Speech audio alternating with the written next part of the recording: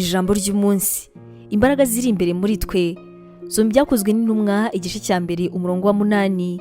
Umwuka w'Imana akora mu bizera bose kuva kuwa mbere kugeza kuwa nyuma. Nabwo uyu mwuka ugukururira gusa kuba pasiteri cyangwa se nanone umumisiyoneri. Iyo wakiriye Yesu Kristo nk'umukiza wawe bwite, noneho abatuye muri wowe kandi imbaraga ze zikomeza kuzura muri wowe, hanyuma ugakora ibyo Imana ishaka muri wowe. Umwuka wera asuka imbaraga ze zose zimukoreramo, agasuka imico ye mu muntu wubaha Imana ndetse no mu bakurikira umwami. Izi ngizi zikaba zitwa imbuto z'umwuka kuko ari imico n'imyitwarire umwuka wera atanga mu bizera. Izi mbuto rero nizo tudashobora kubyara mu gihe turi twenyine.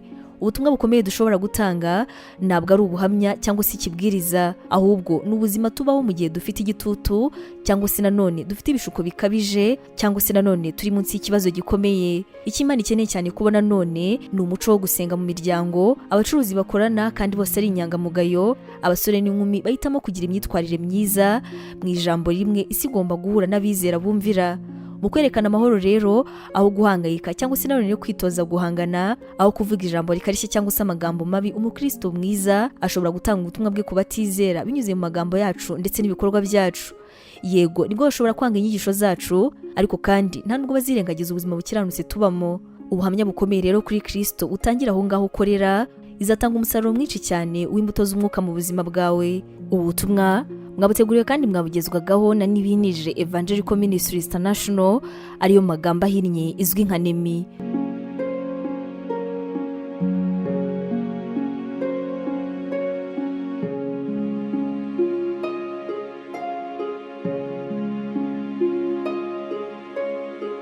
Wabutekereza ko wahamagariwe gukora umurimo w'Imana?